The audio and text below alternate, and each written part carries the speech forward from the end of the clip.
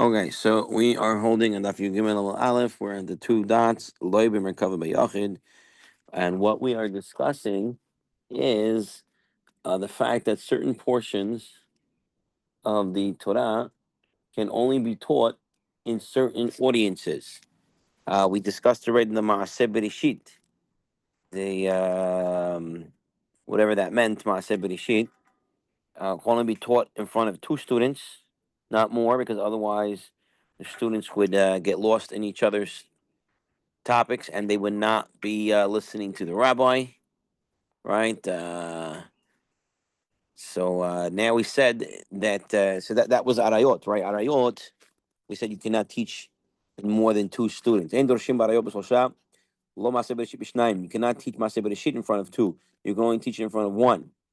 Lo b'merkava b'yachid. And you cannot teach the merkava, the maseh merkava, the chariot of a god, even in front of one.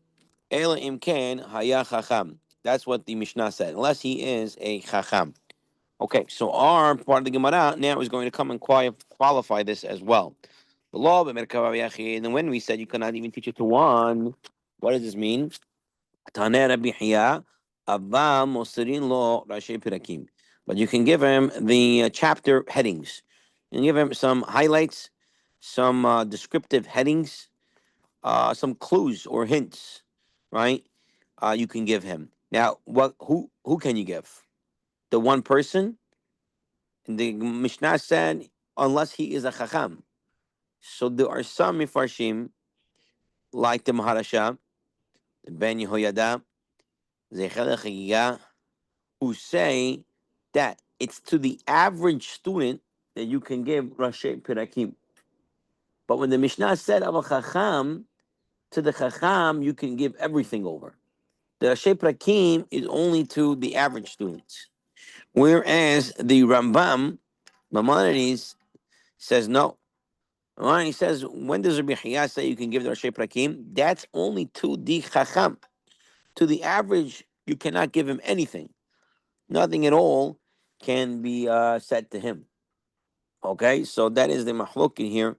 Rambam and the Maharasha and others. And part of it, they want to explain, like the Rambam and the Mar Nevuchim says that these things are so Kabbalistic in nature that it's impossible to give it over in words. And as such, it's impossible to give it over. So you can never even give the Chacham it fully over. It can only be given Rashi Pirakim. Whereas the others hold, no, it's possible. And the truth is, a lot of times the Chachamim did put information about these Kabbalistic concepts publicly, but they said it in riddles or mashalim or other stuff like that, that if you're not in the know, you're not going to know what it's talking about. That's why, like the Rambam says in Maven Yovin, person who knows, right? You have to be already inclined to know. So just getting the Rashi Prakim, some of these hints, some of these clues, and a person will have the topic in hand. Rabbi Zera says, this person you can give the Rashi Prakim to, either the average student or, according to the Rambam, only the Chacham. He has to be he has to be an Av Bedin, right? He has to be that high, the caliber of a head of the rabbinical court. Some Mefarshim say it doesn't mean he actually has to be the Av Bedin because there'll be only one guy, right? Rather, it means anybody who could be an Av Bedin, which means, says the Ayun Yaakov, that he has to be someone who you can ask him a halachic topic, on any topic, anywhere, and he'll be able to answer you. Right? Most people, most rabbis are, the topic that they're studying, they know, and otherwise to open up a book, which is a great thing, and the rabbi should be encouraged to open up the book to find the halakha. But in the end of the day, in order to be this guy who can get these Kabbalistic concepts, you have to be someone who's an Av Bedin who can answer any question on any topic at any time. Okay? And do we follow Rambam's view? Well, the halacha, the Rambam brings down the halacha like he does. Yeah, the Rambam brings down the halacha. You can only give the Rashi Prakim to a chacham, and that's it. Yeah, And anyone who gives inside somebody else is over this isur masim rekava to someone who's not worthy. Yep. And then another qualification says Reb Zera, which can be and or. We'll see right now. Uchol misha libo doeg bekirbo. Only to someone whose heart worries within him, which the Manfishim explain that he is an anav, he is humble, and he has yirat het, and he is fearful of sin. Then this is somebody who can get these Kabbalistic teachings. Otherwise, you're not allowed to teach him. He has to have both. He has to be at this level of being halachic knowledge in everything at all times, and he has to be someone with anav and yirat het. So this guy's got to be a full package. He's got to be somebody who is a big, huge Talmid Chacham and someone who is very close to Hakadosh Baruch Hu with his heart and everything. Otherwise, he cannot. He's not allowed to get Kabbalistic teachings. Amar Bami, Ain Mosin Sitrei Torah El Mi Sheyesh Bo Hamisha Devarim.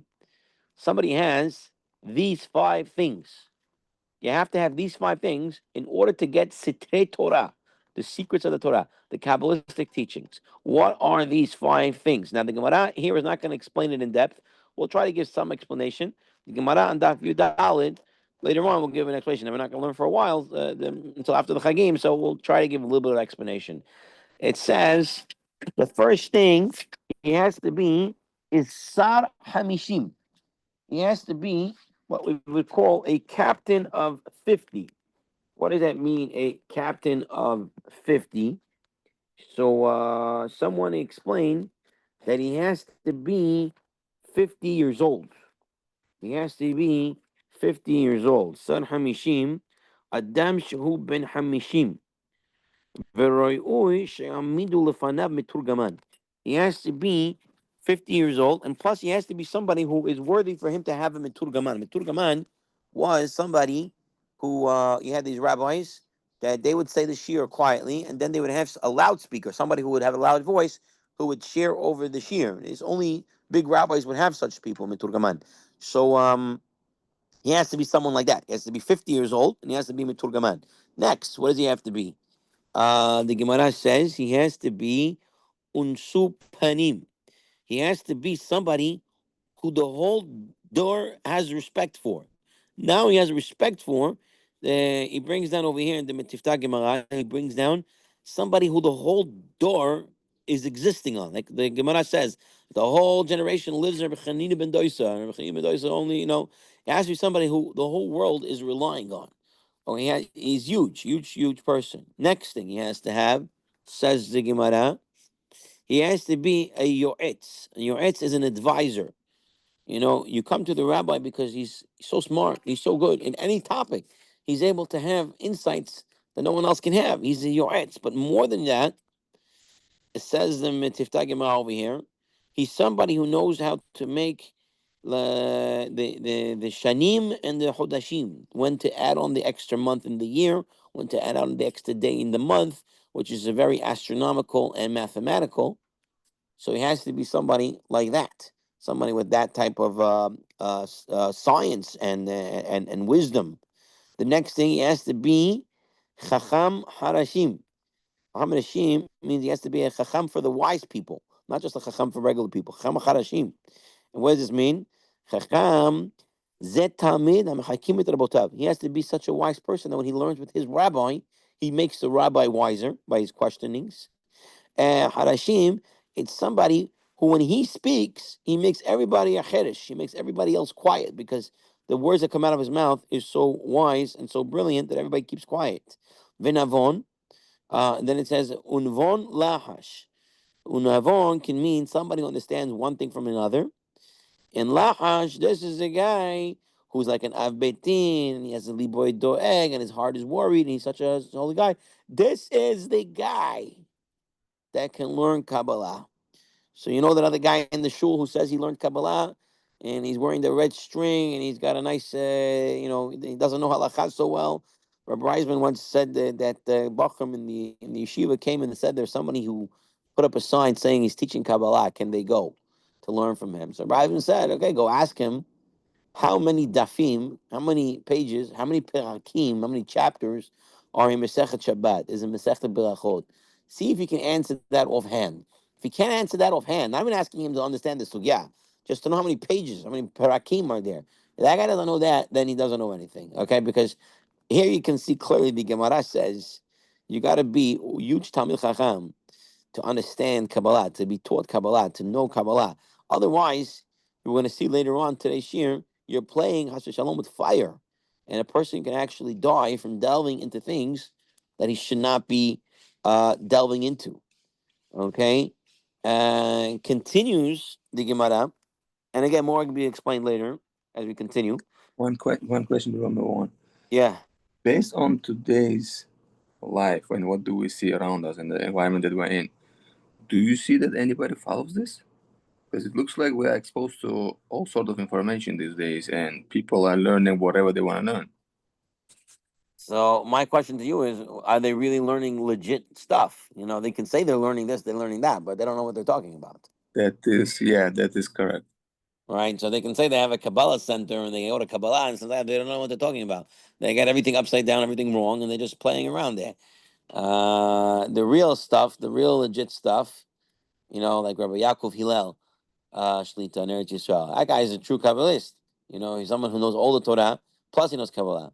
We're gonna see some stories going in a minute or two, some approaches to it. I know, especially in the Sephardic world and among the Bukharis as well, people want to know Kabbalah. They want to be Kabbalists and they walk around and stuff like that. But then at the same time, you see this guy is not even Shomer Shabbat and he's saying he's a Kabbalist. I'm like, I can't put my head around it. So only comes out, Elamai, that the guy's not a Kabbalist. He's just a faker. So you have such people who don't, or maybe he thinks he is, but he's not. Right.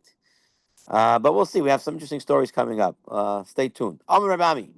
Rabami says, "Ein mosrin divrei Torah la'oved kochavim." You're not allowed to give Torah over to Oved Kochavim. Shnei Emar, because it says, we have this every morning, we say in the Sukkot Zimra, we say, I'm going to add the beginning of this verse, Magid Devarav Yaakov, Chukam Mishpatal Yisrael. Say over the words to Yaakov, teach it to Yisrael, Chukam Mishpatal Yisrael, the laws to Yisrael. Lo asachen, as it says in Gemara, Lo asachen l'chol goy, u'mishpatim ba'ida'um. Don't do that to the guy. Don't give them the mishpatim. They're not to know it. The Torah is Torah Tzivilana Moshe Morash Yaakov. It's a Torah for the Jew. It's not for the Goy. Therefore, it cannot be given to the Goy. Obviously, Tosafot, Marashah, they all bring down that the Goy has Shevet Bnei Noach. So the Goy has Shevet Bnei Noach. He has to learn that Torah. The only question is how much, because he has to learn. I believe the Marashah is of the opinion that he needs to know what the mitzvah is, but you're not allowed to teach him the reasoning behind it, Tamim, the reasoning and deep concepts into it. No, he has to know no avodah zarah, no shvichut damim, no killing, no this, no that, and that's it. Um, Tosafot doesn't. Tosafot said he has to learn Shemus ben Noach. Perhaps he can even learn the reasoning and stuff behind it. The most lenient opinion that in the Rishonim that we find is the Meiri. The Meiri says you got to change this Gemara. The Gemara says Ein Moserin Divrei Torah. You don't give away Divrei Torah L'Avot Kachavim. He says, what are we talking about? This whole chapter right now is talking about, this whole paragraph we're talking about right now is about the nistarot. It's about the hidden concepts. He says, that's what it should say. Ein mosirin nistarot Torah, the hidden teachings of the Torah to the goyim. That means, according to the Meiri, that only Sitrei Torah is asur. Um, so that means mutter that to give him anything else that's not she'isu rak al misirat sodot haTorah, and you're allowed to teach him other Torah as long as it's not the secrets. Um, that's the Meiri. That's the most lenient opinion. I want to just see one more thing. Right, the Iyun Yaakov says you can teach them the Torah, but you cannot of the Shavim mitzvahs b'nei Noach. But you're not allowed to give it to them in the Hebrew writing, because the Hebrew writing contains Shemot of Hashem, and that you're not allowed to give it to them. It's only for the Jewish people. The question that Maharasha asks, he says, what about if a goy wants to be Megayer? He's not yet a ger. not yet a convert. He wants to become a ger. Can we teach him Torah? So he brings from the story of Hillel, where there was a guy who said, I want to become a ger on condition that I become a Kohen. Right? And Hillel started teaching him Torah until he taught him the pieces that he cannot be actually become a Kohen. And so sees the Maharashah, says, you see, Hillel taught him Torah even though he was still a goy. It must be that if someone is becoming a ger, he's allowed to learn Torah at that point, even though he's still not a Jew. Okay, so now it's interestingly they bring down that um, this halacha is really not brought down by the poskim. It's really not brought down by the poskim. Rav Moshe says though because they all talk about not teaching Torah to Canaan slaves, so it means by extension to an Oived Avodah Zarah. Someone serves Avodah Zarah. All right, so we'll have to get a little bit more later. But the Meiri again is the most lenient position over here, and if the guy really wants to become a ger, that's also definitely the Maharsha allows to teach him Torah at that point. Okay, Amalek, listen to this story, Rabotai. There is a very interesting story, and I think this is a story that puts a lot of the Kabbalistic teachings or learnings of it into perspective. Amalek Rabbi Yochanan came to realize. Rabbi Yochanan came to Rabbi Elazar and said to Rabbi Elazar, Ta agmerach b'maaseh merkava. Come and I'm going to teach you the maaseh merkava. I'm going to teach you these special Kabbalistic teachings. Amalei, Rabbi Elazar said to Rabbi Yochanan, Lo kashi, I'm not old enough. I'm not old enough. Have to be 50. Now, there is a popular saying you have to be 40 to learn Kabbalah, and it's based on a Pirkei Avot that says at 40 you get Bina. And so a person should definitely not learn it before 40. Interestingly enough, the Arizal was less than 40 when he passed away. So obviously he learned Kabbalah when he was a lot younger. Um, so in the average person with the average knowledge, with the average thing, definitely before 40 he should not be delving into Kabbalah. We see the Gemara says 50. Okay, so there are those who say 40. You have what to rely on, but you need a certain maturity of mind to be able to learn Kabbalah. You definitely need to be married. You need to be already of the age. You have to have a great concept and grasp of the Torah and the Halacha before a person delves in to Kabbalah. So that's what he told Rabbi Yochanan. He says, "No, I'm not ready yet." Okay, Nachman Shel Rabbi Yochanan. Rabbi Yochanan passed away. Amal Rabbi Yasi. Rabbi Yasi said to him, "Tov Agamach Ma'aseh Merkava. Now you're old enough. Let's go. Let's learn Ma'aseh Merkava." Amar Lei. So Rabbi Lazar said, "Izachai." If I would have merited, if I would have been right to learn Kabbalah, Gimir Tam Rabbi Yochanan Rabbach, I would have learned it from Rabbi Yochanan your Rebbe. The fact that Rabbi Yochanan passed away before I became of age, 50, in order to learn Kabbalah, therefore, it's not for me. I'm not learning Kabbalah. And from here, many Mefarshim and many explain the Maharsha, and others explain that we see from this story that some rabbis distance themselves from learning Kabbalah and from delving into these topics.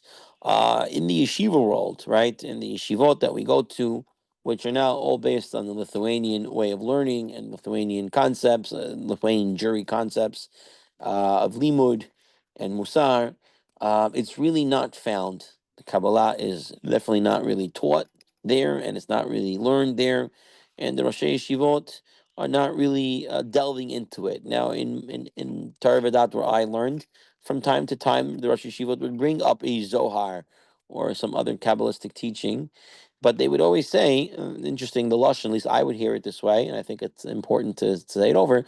They would always say, I don't learn the Zohar, but I saw it in another book. You know, I saw it in the Ben Yoyada, I saw it in another Mefurash, I saw it somewhere else, because L'maaseh, it's not something that they delved in. Now, even Chacham Ovadia, we know that while he was alive, he wasn't known as a Kabbalist. After he passed away, they said they found writings of his on Kabbalah, and they found Svarim on Kabbalah that he was learning, but he kept it secret. The Arosh Yeshivot also in the literature world, in the Yeshivish world, that after they passed away, they say, oh, yeah, we found Kabbalistic Svarim there. They were hidden away. He was learning it in private, other stuff like that. And I think this Gemara sets a very, thing like that, that we're not to be focused on the hidden stuff. We have enough revealed Torah that we don't understand, that we need to understand before we can start understanding things that we definitely can't understand, right? So that is a perspective to put things into place. I hope that makes some sense. Um, Solomon, did that you got that? Yes. Thank you. Makes sense. Okay, good, fine. Let's continue a little more. Rav Yosef Avigimir, Ma'aseh Merkava. Rav Yosef was proficient in Ma'aseh Merkava. He knew it. Save the Pompadita Havutanu b'Maaseh Bereshit. Their elders of Pompadita, Rabbi Yehuda and Rabbi Ina, they knew Maaseh Bereshit. So Amrle, they said to him, "Ligimur lan Maaseh Merkava. Teach us Maaseh Merkava. We want to know. We're ready up to that place." Amrlu, Agimirun li Maaseh Bereshit. He said, "Teach me Maaseh Bereshit." Did he not know Maaseh Bereshit? Maybe not. I don't know. He knew the next Kabbalahs, but he didn't know the prior one. Who knows? But Tad Agbonun Amrle. After they finished teaching him Maaseh Bereshit, so they said, "Yeah, we'll teach you. You'll teach us." Ligmor Maaseh Merkava. They said, "Now teach us Maaseh Merkava." Amalu. He said to them, "Sorry, cannot. No can do." Tanina Bahu. We have. It says in Shir Shirim, "Davash v'halav tahal honey and milk under the tongue. Divarim amitukin midevash v'halav yu tahal. When it comes to such sweet things like Maaseh Merkava, you got to keep it concealed. You got to keep it under your tongue. You cannot share it. The Mefarshim want to say, outside of Geonim, want to say that he wasn't stringing them along. He wasn't like playing them. You teach me that. Teach that. They say that the Meister, he said, listen, there are certain qualifications you got to meet, Yehuda and Ravina, and you guys don't meet it. You don't meet the qualifications to learn Maaseh Merkava. What can I do? I can't teach it to you. Rabbi Abahu Amar Mehacham Kivasim Lilabushecha. Let the lambs be your clothing. What does it mean? Devarim, shayak kushanosh olam, yutahat leboshecha. Things that are a mystery of the universe should remain under your clothes. You got to keep it a secret. Okay? Um, so just I'll give you an example. The Art Scroll put out a beautiful set of the Ramban Nachmanides on Chumash. Now Nachmanides brings a lot of times Kabbalistic concepts in his Pirush, right? And he writes over there actually a lot of times. He writes it in brief, and then he says, "I'm even Yavin, the one who understands it knows it." And the Art Scroll never actually translate, and they actually write in the beginning that they say, "Listen, these are Kabbalistic concepts that are beyond understanding." And even the Ramban, when he put it in, he said, "Listen, only if you understood it, you understood it. Otherwise, you don't understand it." So these are secret stuff, and if you're not in it, you're not in it. Yeah, hopefully you get 40, 50, and you learned all the Torah, and you're able to answer all the halachot, and then you can start delving into these things. Here, Rabbi Yehuda and Rabbi Ina, great Gedolim, and the elders of Pampadita. And Rabbi Yosef said, "You guys are not right to learn this." Amarle. So they said to him, the elders of Pampadita said to Rabbi Yosef, "Listen, we already learned it. Tanina Bahu. Avi Yomer Elai Ben Adam. We learned the whole first parak of Yecheskel, where the Maaseh Merkava is described. We learned it already. We're up to the second parak, first pasuk. Teach us what we don't understand. We got it. We don't understand. Amr Lahu, he says to him, listen, hey, Maaseh Merkava. If you already got up to the second parak, you guys are ready to learn Maaseh Merkava. If you think you know it, you already have it. Because the first parak, the last two psukim, is the psukim that talk about the Maaseh Merkava. Now, just to make it more exciting, 13a4, around 13a4, in note 40, he brings down the English of the two psukim of Yecheskel that's considered the Maaseh Merkava. And I'll read the English for you. And it says as follows. And I saw the color of Chashmal, like the appearance of fire inside it all around. From the appearance of his loins and upward, and from the appearance of his loins and downward, I saw something like the appearance of fire, and a brilliance surrounding it, like the appearance of a rainbow that would be in the clouds on a rainy day. So was the appearance of a brilliance all around. That was the appearance of the likeness of the glory of Hashem. When I saw, I fell upon my face, and I heard a voice speaking. That is the psukim of the Maaseh Merkava, and I didn't understand a word that I read. That's exactly what the point of the Gemara is, to tell you that you're not going to understand it. You have to be on such a level to understand it. You're not going to understand it. You guys said you learned the first parak. You already learned the Maaseh Merkava. So now the Gemara's question is, Meitvei, Ad Heichem Maaseh Merkava. Where is the Maaseh Merkava? Rabbi Yomer, Ad Ve'era Batra. He says, no, it's not those last two psukim. It's the whole first parak up until the last pasuk. Rabbi Yitzchak Yomer, Ad Chashmal. It's up to the second to last pasuk, but a few words in. That's the Maaseh Merkava. And Rabbi Yosef, Ad Va'era Magminan. Mekam Ve'elach Masina Nashe Pirakim. He says, no, the first parak up to the second to last pasuk, you can teach it normally. From then to the end, you can only teach it with hints, right? Nashe Pirakim, because that is the Masim Merkava according to Rav Yosef. Ikidamre, Ad Ve'era, Masina Nashe Pirakim. No. Others say the first parak up until the second to last pasuk, you can only teach with Nashe Pirakim, right? Mikam ve'er, but the last two psukim, im hu chacham, mevi midato, and a lo.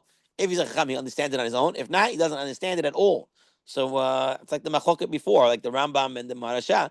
Like, can you teach the chacham everything, or you only can teach Rashi Prakim, right? So here the Gemara says, like the Rambam saying, you can only teach a chacham the Rashi Prakim. You can't teach him everything. Whereas the other opinion, the first opinion was you can teach him regularly the first part, only the end part of Sheprakim. So turns out, like the Rambam, like we learned, only the Chacham can get to the Sheprakim of the secret stuff, and he has to figure it out. He has to understand it on his own. Okay, now that we said we're not going to understand it, so now we're not going to understand it even more. So let's go a little more. Umi darshinim bechashmal, and do we explain chashmal? Yinuka the Darash Bahash Chashmal V'nafka Nura V'achalta. There was a certain young tzaddik who was learning Yecheskel, and he was expounding the word Chashmal, and a fire came from Chashmal and consumed him. He died. Shani Yanuka, it's different, this Yanuka, why he died.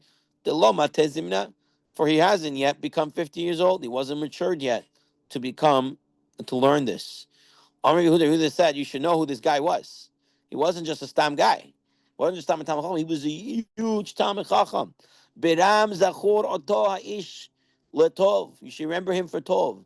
His name was Hananiah ben Hiskiyah Shemo. Hananiah ben Hiskiyah.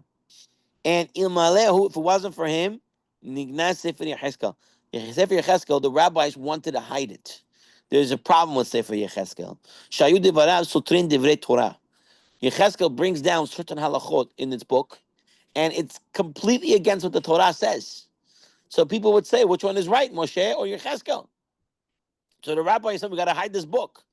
Ma'asa, what did Chanim Yecheskel do? He'elu lo shlosh me'ot garbe shemen. They put into him 300 barrels of oil, and they put him, and they put him into a attic, and they gave him to learn there. And he went around finding every problem in Yecheskel that seems to be problematic against the Torah, and he explained it, and he was able to show that it is not going against Torah Moshe. This is Hananiah Beheskiyah. This is the guy who died learning Yecheskel. When he learned the word Chashmal, he started to be Doreshit. So this guy wasn't a regular guy. He was a huge Gadol Adar. And yet, he delving into it met an unfortunate end. It was consumed by the hashmal. Now, hashmal in Hebrew was modern. Hebrew was known as electricity. It was nothing to do with that. The word hashmal here it's undescribable. Anyway, a little bit more. Tana Rabbanon. There was a story with one of the children. Shaya Kore bevet Rabo besefer Yecheskel.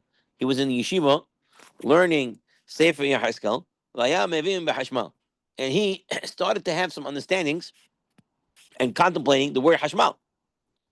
And as he was, this little kid in the school, and as he was, v'yatza ish, and a fire came out, mehashmal usrafuto, and burned him.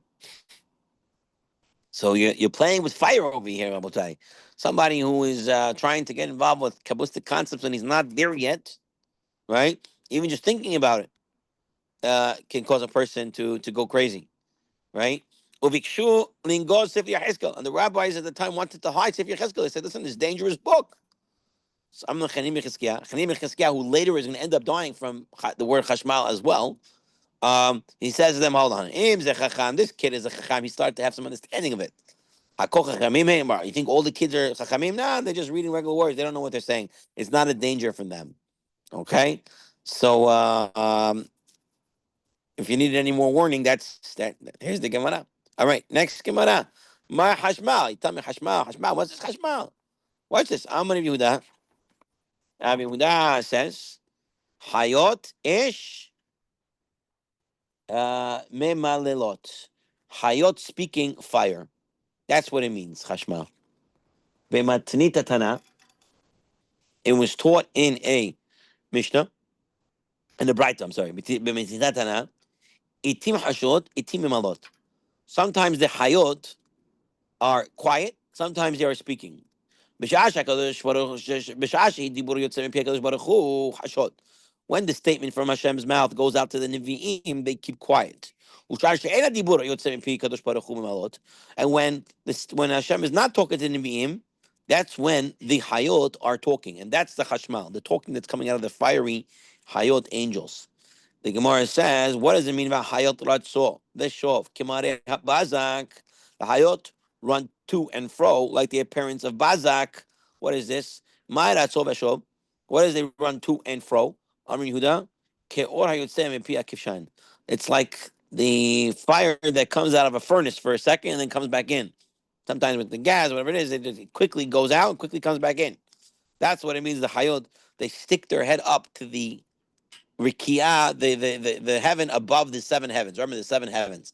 There's the Vilon. There's the Rikia. There's the Shechakim. There's the Zivul. Then there's the Ma'on, the Machon, and Aravot. And we said on top of the Hayot's head, there's another heaven. We can't talk about it, we said. But they stick their head up there and right back down. All right, in and out. My b'manazir bazak. What does it mean like bazak? And bazak is like earthenware, and sometimes when you purify gold, you put it in like an earthenware thing, and like there's holes in there, and fires come in, fires come out. Again, very complicated stuff. We have no idea what we are even talking about, but that's what it says.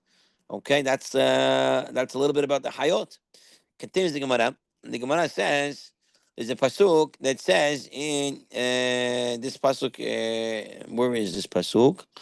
This pasuk is in Yecheskel 1:4. It says, "Ve'ere," and I saw, "V'hine ruach sa'ara ba min hatzafon." There was a stormy wind coming from the north. The north is Bavel. Anai gadol ve'esh mitlakachat. A great cloud with flashing fire. V'nogalo saviv, and it's brilliant surrounding it. Mitocha ke'ena hashmal mitoch esh, and from the midst, like the color of hashmal, from the midst of the fire. Now, we want to know this ruach sa'ara that's going from the tzafon, ve'hechan azal. Where was it going? Ari Yehuda Marav. It was a special wind that Hashem put out so that Babylon can conquer the world. Why you need that? Because the Jews are going to be exiled into Babylon, into Bavel, and which Bavel was known to be a very low nation. And you didn't want a low nation. It's not that it's well, the Jews to be fallen to a low nation, right? So Hashem had to pick them up. So he made them into a very powerful nation. You take a look at Tosafot. Tosafot brings down from Masechet Gittin, Kol Metzili Yisrael Naaseh Rosh. Anybody, any of the goyim who becomes most anti-Semitic, he becomes a head, right? Like Hitler, like Mamdani, like other people like this. Once they show that they're very anti-Semitic, turns out that they become leaders afterwards. In order to build them up, so they can make, then they can bother the Jews, and it won't look like it's some, Nebuch doing it, but rather someone more hashuv, and then they make the Jews do teshuvah. That's the whole point. Amar Kadosh Baruch Hu, mi garam li shayesh shamash lo avdei fesilim, who made me become an assistant to idol worshippers to let them conquer the world. Avonotei Israel hein garamuli, because of the sins of the Jews, and I have to make them do teshuvah. I had to help out these goyim. So these idol worshippers to get powerful, so they can punish the Jews. We'll end off with one last piece over here, Rabotai. Another something that we have no idea what we're talking about. It says, "Ve'ere ha'hayot." Yechezkel says, "I saw the hayot. Ve'ine ofan echad ba'aretz etzna hayot." And there was one ofan who was on earth, but he was also with the hayot. What does this mean? Malach echad. There's one angel that stands on earth, but he's so tall, he goes through the whole earth, through all the seven heavens, and he's up there with the hayot, where they are, in the aravot. We learn in a Braita, you want to know the name of this angel? His name is Sandalphon Shemo. His name is Sandalphon. That's the name of the angel, whose feet is on the ground, and he's only up head in the aravot, in the highest heavens, with the hayot. Now, sandal phone is from the word sandal, and the Zohar, as it brings down here in the art school in 14, 13b2, that sandal phone is a shoe angel. Okay? I'm not sure exactly what he does. We're going to see now in a minute. The Gemara is going to explain. But he's known as sandal. Sandal is a shoe. And phone is another suffix for an angel. So he becomes the shoe angel. All right. What does he do? This shoe angel, the sandal phone. Hagavo mechavar mahalach chamesh me'ot shana, who is taller than his colleagues by 500-year journey. So he's even taller than the Hayot by 500 years. Va'omed achorei merkava, he stands behind the merkava. V'kosher kitarim likono, and he weaves crowns for his master. And says the midrash, they bring down over here, he weaves crowns out of what? Out of the kiddusha, out of the baruchu, out of the men. Amen Yeheshemin Rabbah.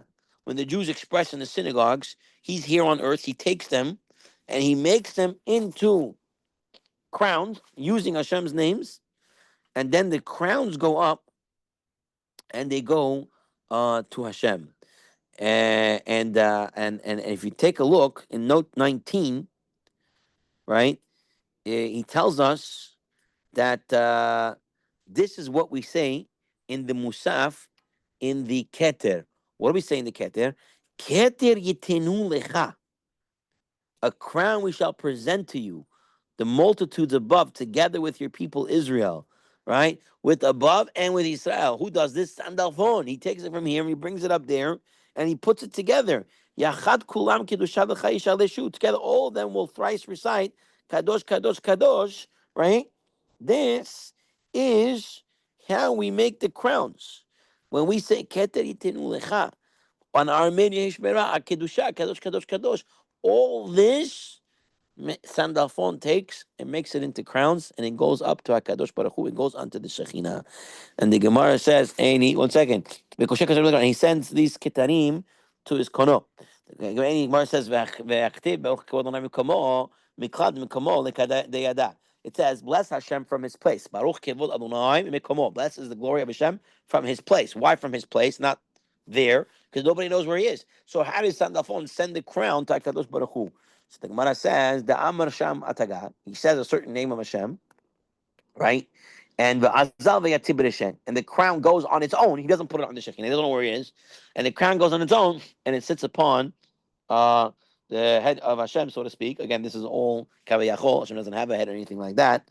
But that is what goes on with Keter and Kedusha, Amen, and Sandalphon, and all those things. So if you have any idea what we spoke about, call it because I am more lost than before I started. But Baruch Hashem, we read the words and we try to give it some understanding. Okay? Shavua Tov, Hag Sameach, B'ezrat Hashem. We'll let you know the next time we get together. Thank you. Thank you. Hatzlacha.